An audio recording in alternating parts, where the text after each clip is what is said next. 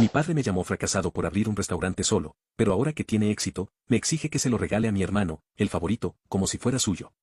Mi papá siempre tuvo claro cuál de sus hijos era el orgullo y cuál el problema. Desde que tengo memoria, él veía en mi hermano menor una especie de reflejo de sí mismo, sociable, carismático, con esa facilidad para encajar en cualquier grupo sin mucho esfuerzo.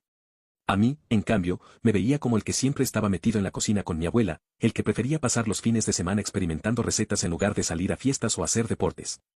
Para él, no era pasión, era pérdida de tiempo. Cada vez que decía que soñaba con abrir mi propio restaurante, él se burlaba sin siquiera disimularlo. Decía que si quería tirar mi vida a la basura entre ollas y platos sucios, que no contara con él. Que eso de emprender sin tener una carrera de verdad era una estupidez que solo podía salir de alguien como yo, que nunca supo tomar decisiones inteligentes. No fue una sola vez. Fue una cadena de humillaciones pequeñas que, con el tiempo, pesaban más que cualquier grito. Como cuando le conté que había conseguido trabajo en una cocina de barrio mientras ahorraba para mi proyecto, y él soltó un «¿Eso es lo que vas a poner en tu currículum? ¿Qué sabes pelar papas?». O como cuando me pidió que fuera a una cena familiar solo para anunciar frente a todos que estaba orgulloso de mi hermano por haber conseguido una pasantía en una empresa, mientras que yo seguía jugando a ser chef. En ese entonces, yo apenas comenzaba a juntar dinero, trabajando dobles turnos entre cocina y catering, durmiendo poco y comiendo mal, pero con una convicción que no se me fue ni en los peores días. No tenía apoyo, pero tampoco tenía dudas. Cuando por fin logré reunir lo suficiente para rentar un pequeño local en un barrio popular, no lo anuncié con bombos ni platillos. Solo se lo conté a mi mamá, que fue la única en la familia que siempre me tendió la mano sin juzgarme. Ella, sin hacer mucho ruido, me ayudó a pintar las paredes, cosió manteles con telas recicladas y me acompañaba por las mañanas a buscar ingredientes al mercado. Era un sitio humilde, pero tenía alma. En ese espacio de paredes desgastadas y estufa prestada, yo sentía que estaba sembrando algo mío. Diseñé un menú con platos caseros inspirados en lo que cocinaba mi abuela, sopas espesas, arroces con sabor a hogar, carnes en reducción de jugos naturales y una salsa picante que terminé perfeccionando durante meses de pruebas silenciosas. Cada detalle tenía mi firma, desde la carta escrita a mano hasta la música de fondo que cambiaba según la hora del día. No fue fácil. Los primeros meses apenas podía cubrir los gastos. Algunos días no venía casi nadie. Había momentos en los que dudé, claro, como cuando un proveedor me fallaba o cuando un cliente se quejaba sin razón. Pero también había señales, como esa pareja que volvió 3 veces en una semana solo para repetir el mismo plato, o esa señora mayor que me dijo que mi sopa le recordaba a la de su madre.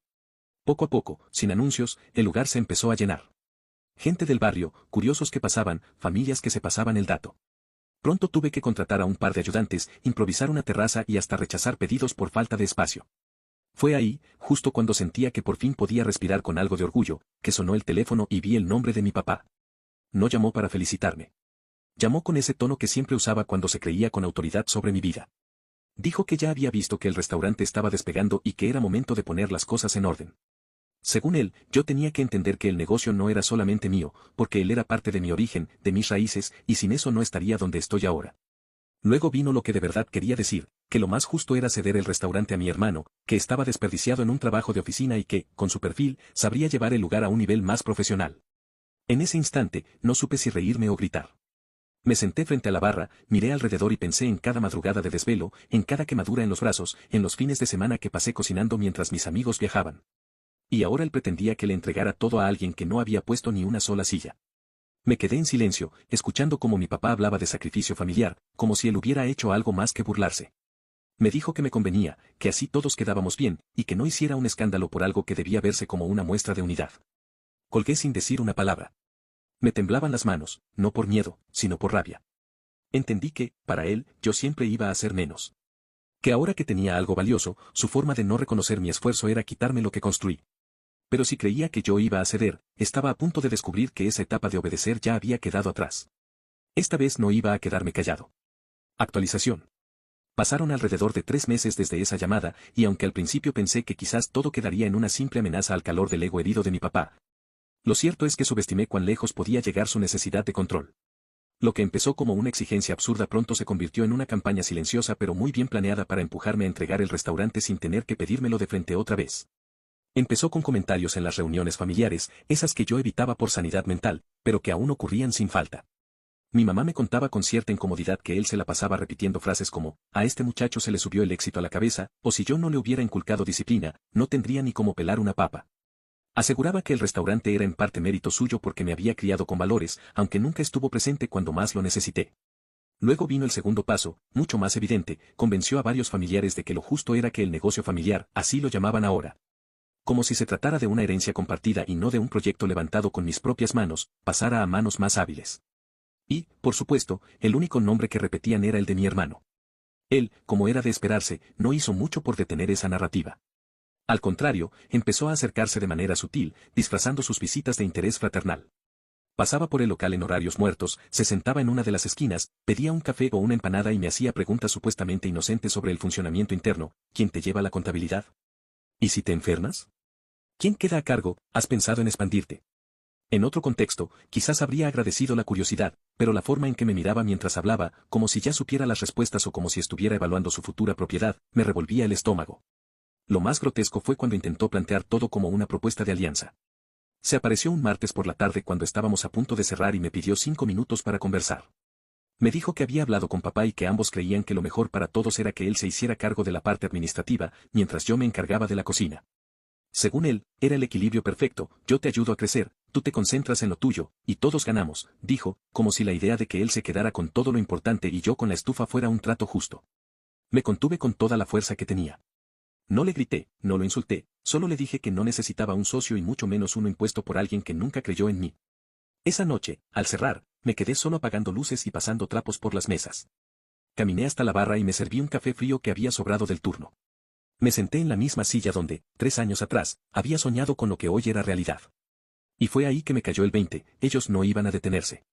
Iban a seguir presionando, manipulando, mintiendo y posando de familia preocupada hasta que lograran hacerme ver como el villano por no ceder.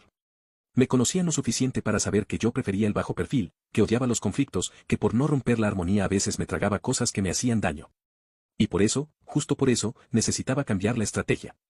Al día siguiente, sin decirle a nadie, pedí una cita con un abogado, amigo de un cliente frecuente que me había ofrecido asesoría cuando apenas estaba arrancando.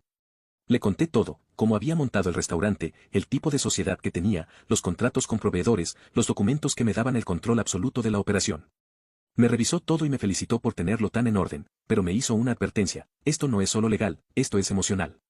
Y cuando la familia mete presión, los papeles se vuelven armas o escudos según cómo los uses. Con su ayuda, empecé a blindarme aún más. Registré formalmente el nombre del restaurante como marca, reforcé cláusulas internas que protegían la propiedad intelectual del menú y establecí límites muy claros en los contratos laborales.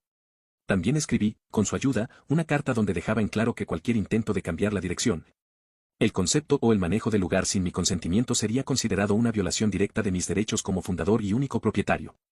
Era algo simbólico, sí, pero también contundente. La guardé en una carpeta física y otra digital. No tenía miedo, pero tampoco iba a ser ingenuo. Durante esas semanas, me dediqué más que nunca al restaurante. Me pasaba todo el día en el local, no solo cocinando, sino afinando los procesos, capacitando al personal y fortaleciendo relaciones con clientes y aliados. Sabía que ellos seguirían intentando, pero mientras yo tuviera la estructura clara y la cabeza firme, no había forma de que me movieran. Incluso hablé con algunos proveedores clave, a los que les pedí discreción en caso de que alguien más intentara negociar a mis espaldas. Todos me prometieron lealtad, no porque me tuvieran miedo ni porque yo les pagara mejor que otros, sino porque sabían que era un tipo justo, cumplido y comprometido. Lo más duro, sin embargo, fue enfrentar a mi mamá. No porque ella me reclamara algo, sino porque se le notaba el dolor. La vi un día sentada al fondo del restaurante, revolviendo una sopa que ya se había enfriado, y me dijo sin mirarme: «Tú no sabes lo que duele ver a los hijos pelear así». Le tomé la mano y le respondí que no estaba peleando, que solo me estaba defendiendo. No dijo nada más. Se levantó, me besó en la frente y se fue. A partir de ese momento, me prometí que no iba a permitir que me arrebataran lo que había levantado con tanto sacrificio. Si ellos querían guerra, yo no iba a darles espectáculo, pero sí les iba a mostrar que el tipo al que siempre llamaron fracasado era más fuerte de lo que jamás imaginaron. No con gritos, sino con hechos, con estructura, con inteligencia y con un silencio que pesara más que cualquier palabra. Actualización 2. Habían pasado ya 9 meses desde aquella primera llamada en la que mi papá, con toda la arrogancia del mundo, exigía que entregara mi restaurante como si fuera un juguete que él podía repartir entre sus hijos según le viniera en gana. 9 meses de tensión, silencios cargados en las reuniones familiares, visitas espontáneas de mi hermano y comentarios malintencionados que viajaban por boca de primos, tías y conocidos que ni siquiera se habían dignado a pasar por el local una sola vez desde su apertura. 9 meses en los que, lejos de doblarme ante la presión, había seguido adelante con el mismo empeño con el que comencé, pero ahora con la firmeza de alguien que ya no tenía miedo de marcar límites. Durante ese tiempo, el restaurante no solo creció, explotó. Empezamos a aparecer en reseñas gastronómicas independientes, en cuentas de Instagram con miles de seguidores y en blogs de comida que destacaban tanto la calidad de los platos como el ambiente íntimo y familiar del lugar. No hubo publicidad pagada ni campaña de marketing. Fue pura recomendación de boca en boca, algo que siempre valoré más que cualquier estrategia fría. Con ese crecimiento, vino la oportunidad de abrir una segunda sucursal. Y aunque al principio dudé, porque no quería perder el control ni sacrificar calidad por cantidad, supe que era el momento. Teníamos lista de espera todas las noches. Había clientes que llegaban desde otros barrios solo para probar esa carne en salsa oscura que se deshace sola o la limonada de panela con hierbabuena que no sabía igual en ningún otro lado. Era ahora o nunca. Elegí un local en una zona en expansión, más amplio, con terraza y cocina abierta. Todo fue pagado con mis ahorros, sin préstamos, sin favores, sin familia. Lo hice al ritmo que ya me conocía, lento, cuidadoso y sin dejar de trabajar ni un solo día en la sede original. Cuando abrimos, organizamos una pequeña inauguración sin lujos, con música en vivo, platos gratis para los primeros en llegar y una exhibición de fotos con la evolución del restaurante desde sus primeros días. Me acompañaron amigos, vecinos, empleados y algunos antiguos clientes que se habían vuelto casi parte del inventario. De mi familia, solo fue mi mamá. Llegó con un pastel casero, me abrazó largo y me dijo en voz bajita: "No te imaginas cuánto me enorgullece que hayas llegado hasta aquí sin deberle nada a nadie". Pero la felicidad, como siempre en esta historia, no tardó en traer su contraparte. A las pocas semanas de la apertura, mi hermano apareció de nuevo, esta vez no con su tono disfrazado de curiosidad, sino con una mezcla de amabilidad impostada y confianza que parecía ensayada. Se presentó en la nueva sucursal con un café de cadena en la mano, como si eso ya lo hiciera parte del concepto, y me pidió hablar en privado. Me llevó a una de las mesas del fondo y, sin rodeos, me dijo que ahora sí estaba listo para formar parte del negocio. Dijo que había tomado unos cursos cortos de administración gastronómica, que tenía contactos en redes sociales y que conocía a alguien que podía hacernos un video publicitario por muy buen precio. Me ofreció, literalmente, una fusión de talentos. Él se encargaría de la imagen, la expansión, los convenios, mientras yo seguía cocinando. Me lo dijo como si estuviera haciendo un sacrificio enorme, como si cederle la mitad de algo que no construyó fuera lo menos que podía pedir. Lo miré sin interrumpirlo y esperé a que terminara su discurso. Cuando lo hizo, le agradecí su entusiasmo con una frialdad que incluso me sorprendió a mí mismo. Le pedí que me acompañara a la oficina, un pequeño espacio en el segundo piso del local, decorado apenas con un escritorio, un par de sillas y una pizarra con anotaciones de pedidos y proveedores.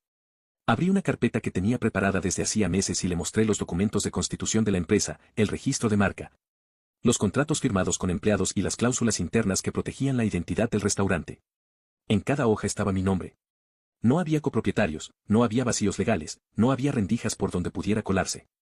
Él los revisó uno a uno con una mueca tensa, sin hacer comentarios, como si esperara encontrar un error que nunca llegó. Al final, solo dijo: "Entiendo. No hay mucho que pueda hacer, ¿verdad?". La pregunta no era inocente.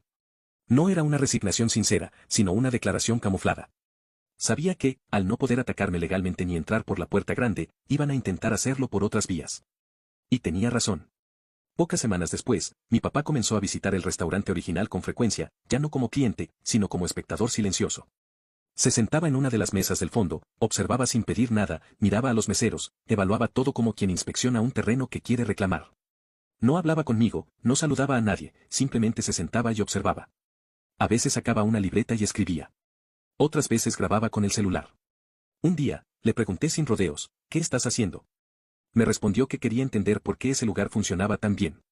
Yo le dije que funcionaba porque la gente sentía que había verdad en lo que hacíamos, y que eso no se podía copiar ni forzar. Me miró, hizo un gesto ambiguo con la cabeza y se fue. Fue entonces cuando decidí que ya estaba bueno de poner la otra mejilla. Aprovechando que la nueva sucursal estaba dando frutos y que los números nos permitían pensar en acciones más grandes, organicé un evento interno para todo el personal, amigos cercanos, aliados y un par de clientes fieles. En medio del brindis, tomé el micrófono y conté brevemente la historia del restaurante, cómo empezó, con quién, qué significaba para mí. Y al final, mostré en una pantalla imágenes de los contratos, las firmas, los registros, los archivos escaneados con fechas y sellos. No lo hice para presumir. Lo hice porque sabía que en algún momento alguien iba a tratar de decir que yo me había robado algo que no era mío o que aproveché una estructura familiar para beneficiarme. Quería dejar en claro, frente a testigos, que ese restaurante era mío no por papeles, sino por todo lo que había puesto en él desde el día 1. Mi papá y mi hermano estaban en esa sala. Mi hermano no pudo sostenerme la mirada. Bajó la cabeza como si por fin entendiera que esto no era un juego, que no podía ir por la vida reclamando el mérito ajeno solo porque se lo permitieron toda su vida. Mi papá, en cambio, permaneció con expresión de piedra, inmóvil. Al salir, se acercó y me dijo en voz baja: "Ya veo que no vas a ceder". Le respondí que no iba a ceder, y que lo que más dolía no era que intentaran arrebatarme algo, sino que nunca pensaron en celebrarlo conmigo. Porque en el fondo, no les dolía estar fuera del proyecto, les dolía que yo hubiera logrado todo sin ellos. A partir de esa noche, supe que la guerra silenciosa había terminado. Ya no iban a buscar apoderarse de nada por la fuerza, porque ya sabían que era imposible. Pero también supe que eso no significaba que todo estaría en paz. Solo había pasado a una etapa más sutil, más hipócrita. El daño ya estaba hecho, y ahora yo tenía muy claro que mi restaurante no solo era mi trabajo, era mi trinchera, mi bandera. Y nadie, absolutamente nadie, iba a tocarlo sin consecuencias. Era algo simbólico, sí, pero también contundente. La guardé en una carpeta física y otra digital. No tenía miedo, pero tampoco iba a ser ingenuo. Durante esas semanas, me dediqué más que nunca al restaurante. Me pasaba todo el día en el local, no solo cocinando, sino afinando los procesos, capacitando al personal y fortaleciendo relaciones con clientes y aliados. Sabía que ellos seguirían intentando, pero mientras yo tuviera la estructura clara y la cabeza firme, no había forma de que me movieran. Incluso hablé con algunos proveedores clave, a los que les pedí discreción en caso de que alguien más intentara negociar a mis espaldas. Todos me prometieron lealtad, no porque me tuvieran miedo ni porque yo les pagara mejor que otros, sino porque sabían que era un tipo justo, cumplido y comprometido. Lo más duro, sin embargo, fue enfrentar a mi mamá. No porque ella me reclamara algo, sino porque se le notaba el dolor. La vi un día sentada al fondo del restaurante, revolviendo una sopa que ya se había enfriado, y me dijo sin mirarme: «Tú no sabes lo que duele ver a los hijos pelear así». Le tomé la mano y le respondí que no estaba peleando, que solo me estaba defendiendo. No dijo nada más. Se levantó, me besó en la frente y se fue. A partir de ese momento, me prometí que no iba a permitir que me arrebataran lo que había levantado con tanto sacrificio. Si ellos querían guerra, yo no iba a darles espectáculo, pero sí les iba a mostrar que el tipo al que siempre llamaron fracasado era más fuerte de lo que jamás imaginaron. No con gritos, sino con hechos, con estructura, con inteligencia y con un silencio que pesara más que cualquier palabra. Actualización 2. Habían pasado ya 9 meses desde aquella primera llamada en la que mi papá, con toda la arrogancia del mundo, exigía que entregara mi restaurante como si fuera un juguete que él podía repartir entre sus hijos según le viniera en gana. 9 meses de tensión, silencios cargados en las reuniones familiares, visitas espontáneas de mi hermano y comentarios malintencionados que viajaban por boca de primos. Tías y conocidos que ni siquiera se habían dignado a pasar por el local una sola vez desde su apertura. 9 meses en los que, lejos de doblarme ante la presión, había seguido adelante con el mismo empeño con el que comencé, pero ahora con la firmeza de alguien que ya no tenía miedo de marcar límites. Durante ese tiempo, el restaurante no solo creció, explotó. Empezamos a aparecer en reseñas gastronómicas independientes, en cuentas de Instagram con miles de seguidores y en blogs de comida que destacaban tanto la calidad de los platos como el ambiente íntimo y familiar del lugar. No hubo publicidad pagada ni campaña de marketing. Fue pura recomendación de boca en boca, algo que siempre valoré más que cualquier estrategia fría. Con ese crecimiento, vino la oportunidad de abrir una segunda sucursal. Y aunque al principio dudé, porque no quería perder el control ni sacrificar calidad por cantidad, supe que era el momento. Teníamos lista de espera todas las noches. Había clientes que llegaban desde otros barrios solo para probar esa carne en salsa oscura que se deshace sola o la limonada de panela con hierbabuena que no sabía igual en ningún otro lado. Era ahora o nunca. Elegí un local en una zona en expansión, más amplio, con terraza y cocina abierta. Todo fue pagado con mis ahorros, sin préstamos, sin favores, sin familia. Lo hice al ritmo que ya me conocía, lento, cuidadoso y sin dejar de trabajar ni un solo día en la sede original. Cuando abrimos, organizamos una pequeña inauguración sin lujos, con música en vivo, platos gratis para los primeros en llegar y una exhibición de fotos con la evolución del restaurante desde sus primeros días. Me acompañaron amigos, vecinos, empleados y algunos antiguos clientes que se habían vuelto casi parte del inventario. De mi familia, solo fue mi mamá. Llegó con un pastel casero, me abrazó largo y me dijo en voz bajita: «No te imaginas cuánto me enorgullece que hayas llegado hasta aquí sin deberle nada a nadie».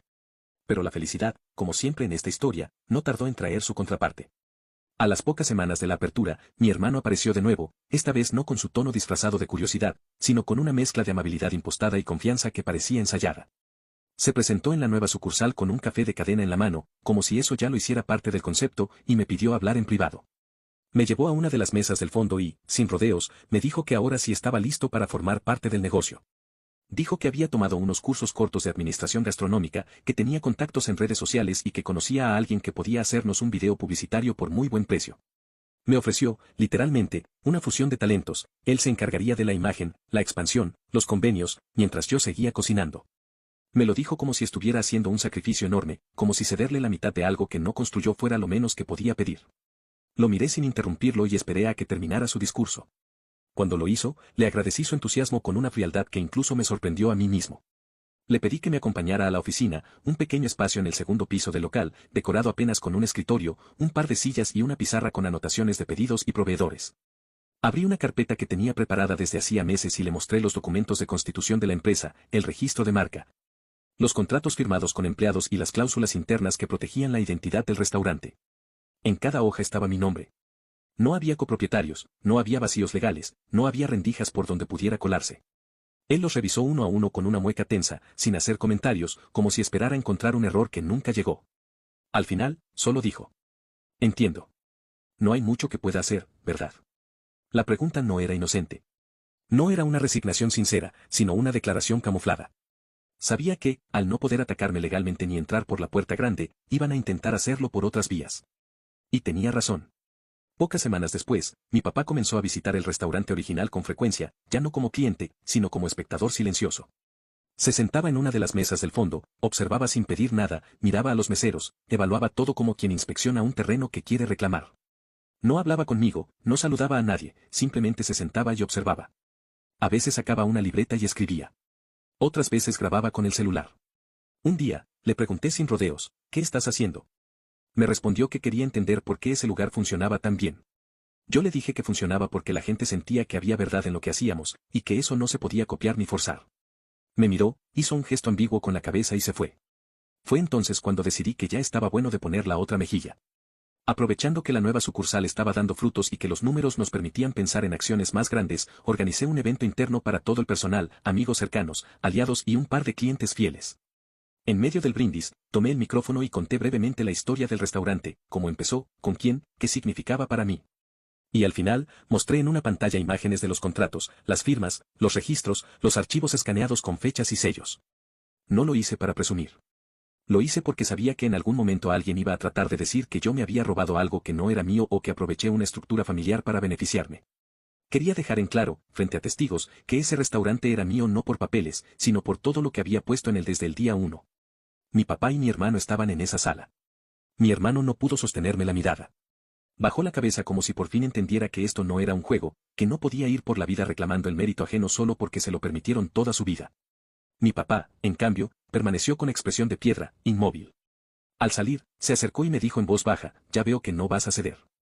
Le respondí que no iba a ceder, y que lo que más dolía no era que intentaran arrebatarme algo, sino que nunca pensaron en celebrarlo conmigo.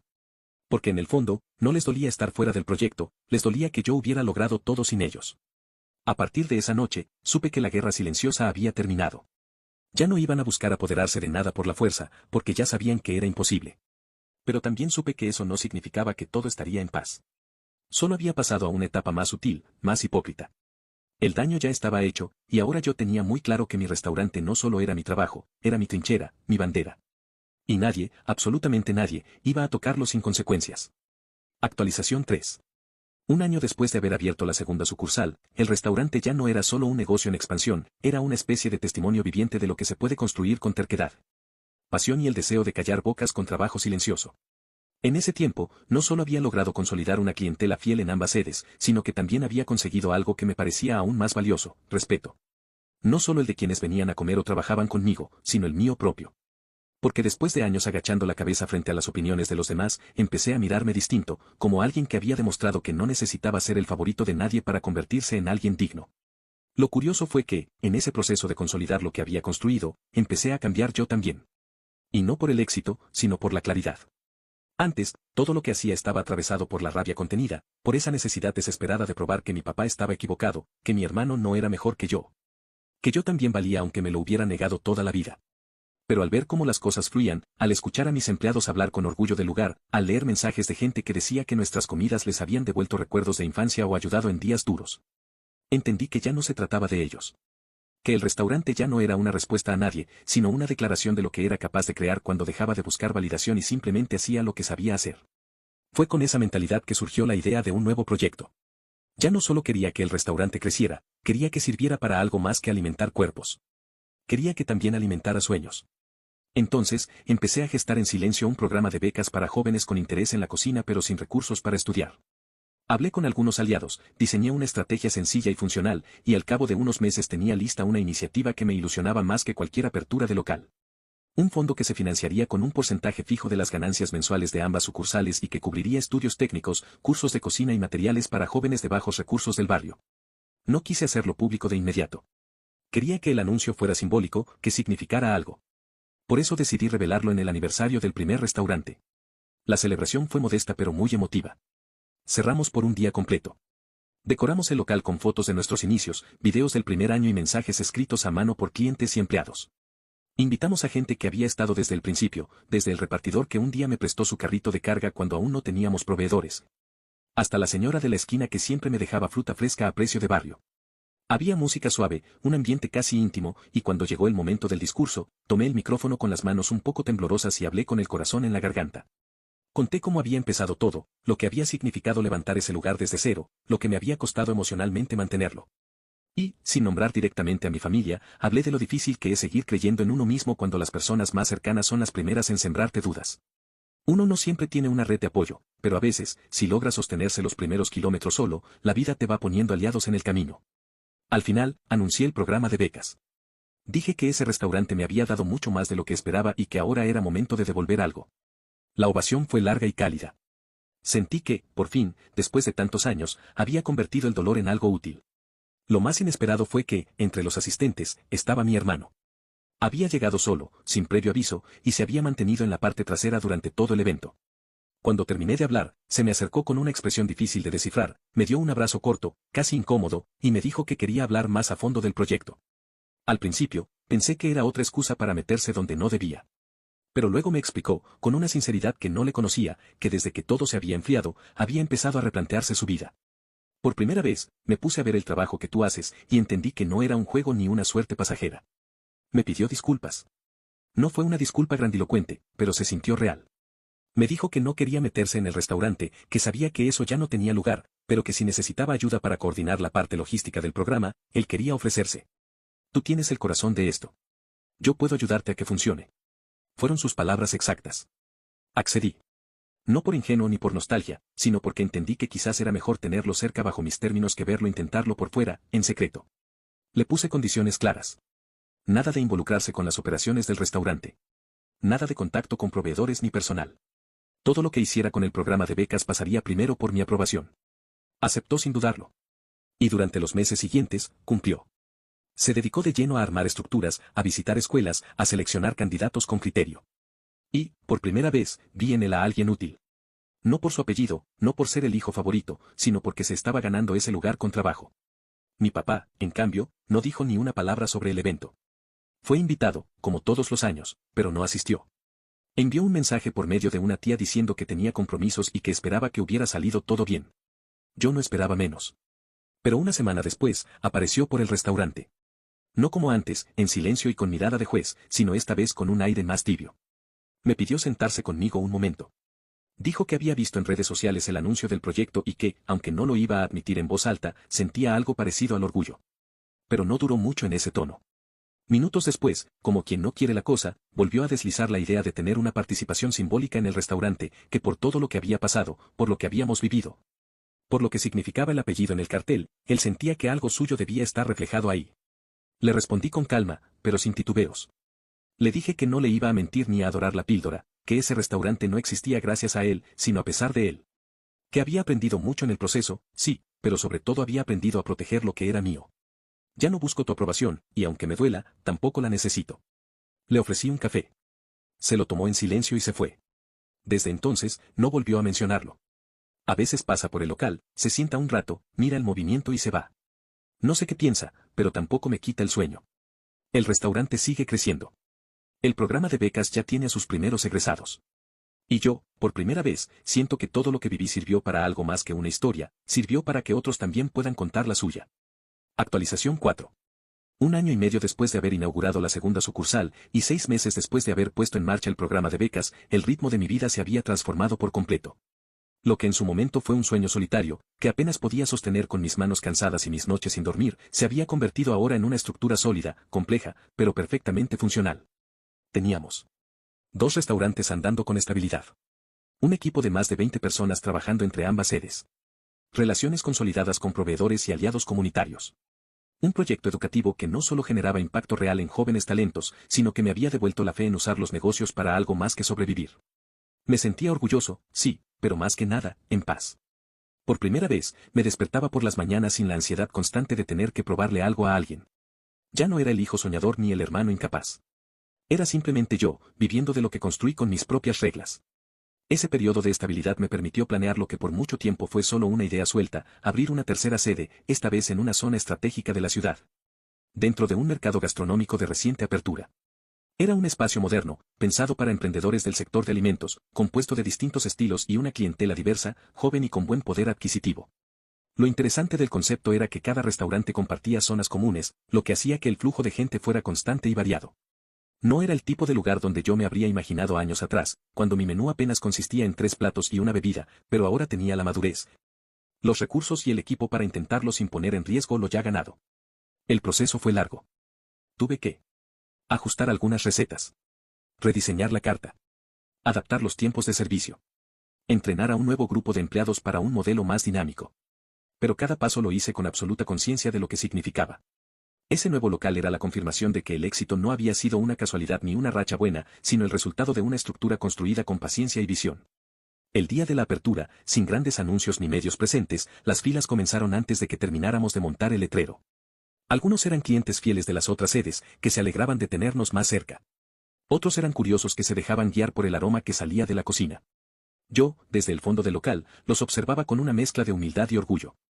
No por las ventas, sino por la historia detrás de cada plato que se servía. Y como ya era costumbre en mi vida, con cada nuevo logro aparecía también la sombra del pasado. 2 semanas después de que la tercera sede estuviera en funcionamiento, mi papá volvió a aparecer. Esta vez no llamó ni mandó mensajes a través de terceros. Se presentó directamente en el local sin avisar, acompañado de un amigo suyo, un viejo conocido de la familia, de esos que siempre han vivido a punta de favores, historias infladas y relaciones personales. Y pidió hablar conmigo. Lo hice pasar a una zona tranquila, pensando que quizás, después de tanto, venía con una intención diferente. Pero no. Apenas nos sentamos, soltó con absoluta naturalidad que había estado reflexionando, que entendía mi postura y que no buscaba quitarme nada. Sin embargo, creía que era momento de que el apellido familiar estuviera representado formalmente en el proyecto. No por mí, dijo, sino por el legado. Me propuso que nombráramos una parte del restaurante, una sala privada, una sección del menú, lo que fuera, con el nombre de mi abuelo o de él, como una forma simbólica de reconocer las raíces de la familia. Luego, y casi como si fuera un detalle menor, añadió que sería bueno discutir una posible participación accionaria, aunque sea pequeña, como forma de formalizar esa presencia. Lo escuché sin interrumpirlo. No porque me costara hablar, sino porque ya no me sorprendía. Mi papá era incapaz de reconocer mi trabajo sin buscar colgarse de él. Siempre encontraba una manera de poner el apellido por encima de la individualidad, como si todo lo que hacíamos los hijos tuviera que ser una extensión de su historia, incluso cuando él no había hecho más que obstaculizarnos. Pero esa vez no respondí con ira ni con sarcasmo. Le hablé con la misma tranquilidad con la que hablaba con mis clientes habituales. Le dije que el restaurante no era una empresa familiar, sino un emprendimiento personal que se volvió colectivo gracias al trabajo y al compromiso de personas que creyeron en mí cuando nadie más lo hizo. Que el apellido ya estaba representado cada vez que alguien me llamaba por mi nombre, porque yo no lo ocultaba ni renegaba de él. Pero que no iba a convertir mi restaurante en una especie de altar para limpiar la conciencia de otros. Le conté sin reservas que parte de las ganancias estaban destinadas a un fondo privado para garantizar la atención médica de mi mamá, quien, a pesar de todo, siempre estuvo a mi lado. El programa de becas. Reinversión en el crecimiento del proyecto y el bienestar de los empleados. No hay espacio para egos, homenajes vacíos ni figuras decorativas. Si quiere participar en algo, hágalo como cualquier otra persona, comiendo, compartiendo, respetando. No le gustó, me miró con decepción, como si yo fuera el ingrato que no sabía honrar a su padre. Pero esta vez no hubo manipulación emocional que funcionara. Lo dejé ir sin promesas, sin concesiones, sin explicaciones adicionales. En paralelo, mi hermano había seguido vinculado al programa de becas y, para mi sorpresa, su compromiso había sido constante y honesto. No se metía en temas del restaurante, no hablaba en nombre de nadie, y había demostrado que cuando dejaba de competir por aprobación, podía ser útil de verdad. Un día, mientras almorzábamos en una fondita cerca de una de las escuelas con las que trabajábamos, me dijo sin rodeos que se sentía mal por haber intentado quitarme algo que ahora entendía no solo como un negocio, sino como una extensión de mi historia. Me agradeció por no haberlo excluido y me confesó que si hubiera logrado meterse a la fuerza, se habría sentido vacío. Le respondí que no había hecho nada por él, sino por el proyecto, que lo incluí porque funcionaba, porque hacía las cosas bien, no por sangre. Y creo que eso, más que cualquier perdón, fue lo que necesitaba escuchar. Desde entonces, nuestra relación empezó a sanar de a poco, ya no como hermanos en competencia, sino como dos personas que habían tomado caminos distintos y por fin se encontraban en una ruta común. No se trataba de borrar el pasado, sino de no permitir que siguiera marcando cada paso del presente. En cuanto a mi papá, nunca volvió a pedirme nada directamente. Pero un día, sin decir palabra, se sentó en una de las mesas del mercado gastronómico, pidió un plato, se lo comió en silencio y dejó una propina generosa. No miró hacia la cocina, no pidió hablar conmigo, solo comió y se fue. Supongo que para alguien como él, ese gesto fue su forma de aceptar que ya no tenía control sobre nada. Actualización final. Pasaron 2 años desde aquella conversación final con mi papá en la tercera sede. Y aunque desde fuera todo parecía haber alcanzado un punto de equilibrio, el negocio marchando con fuerza. La relación con mi hermano por fin encausada y la figura de mi padre cada vez más ausente de cualquier intento de apropiación, en el fondo sabía que había algo más que cerrar. No por ellos. Por mí. Porque durante tanto tiempo, mi vida giró alrededor de demostrar que valía, que podía, que merecía respeto, que había algo más allá de ser el que no siguió el camino correcto. Y aunque en la práctica ya lo había probado 1 y 1000 veces, necesitaba hacer algo que rompiera con ese ciclo definitivamente, no para recibir un aplauso, sino para dejar de cargar con un pasado que, a pesar de todo, aún tenía garras escondidas en los pliegues de mi memoria. Fue en ese contexto, ya con una estructura consolidada en los 3 locales, con el programa de becas funcionando como una institución en sí misma y con el reconocimiento de medios regionales que destacaban no solo la calidad del restaurante sino su impacto social, que me invitaron a participar en una entrevista para una revista gastronómica nacional. No era la primera vez que me pedían hablar de mi historia, pero hasta ese momento siempre había dicho que no. No porque tuviera algo que esconder, sino porque sentía que abrir esa puerta públicamente era revivir cosas que prefería dejar en lo privado. Pero esta vez fue diferente. Quien me contactó no quería hablar solo de la comida ni del negocio. Quería hablar del camino, del trasfondo, del hombre que estaba detrás de los platos, de lo que había costado llegar ahí sin familia, sin contactos, sin el clásico empezó con ayuda de. Y lo que más me convenció fue que no querían que maquillara nada. Acepté, con la condición de que no se mencionaran nombres reales. No por miedo, sino porque no quería convertir la historia en un ajuste de cuentas directo. Quería que hablara por sí sola. La entrevista fue larga, pausada, humana. Conté desde el inicio, sin edulcorar nada. Cómo fui el hijo al que nadie apostó. Cómo levanté el primer local con mis ahorros mientras mi papá se burlaba y mi hermano ni aparecía. Cómo transformé cada crítica en un turno extra y cada burla en una receta nueva. Cómo me vi solo, cansado, agotado, y aún así nunca me rendí. Hablé del programa de becas, de los estudiantes que habían conseguido trabajo gracias a sus cursos, de los proveedores del barrio que ahora vivían mejor porque nosotros pagábamos puntual y tratábamos con respeto. De los empleados que entraron como ayudantes y ahora eran jefes de cocina o encargados de turno. Y al final, dije una frase que no había planeado, pero que salió sola. Mi restaurante no nació para vengarse de nadie, pero con cada plato que sirvo, demuestro que los fracasados, cuando se levantan solos, lo hacen para nunca volver a agacharse. La entrevista se publicó en una edición especial, con fotos tomadas en las 3 sedes y testimonios de trabajadores y estudiantes beneficiados por el fondo. Y aunque no mencionaba directamente a mi padre ni a mi hermano, cualquiera que conociera nuestra historia lo entendía sin necesidad de explicaciones.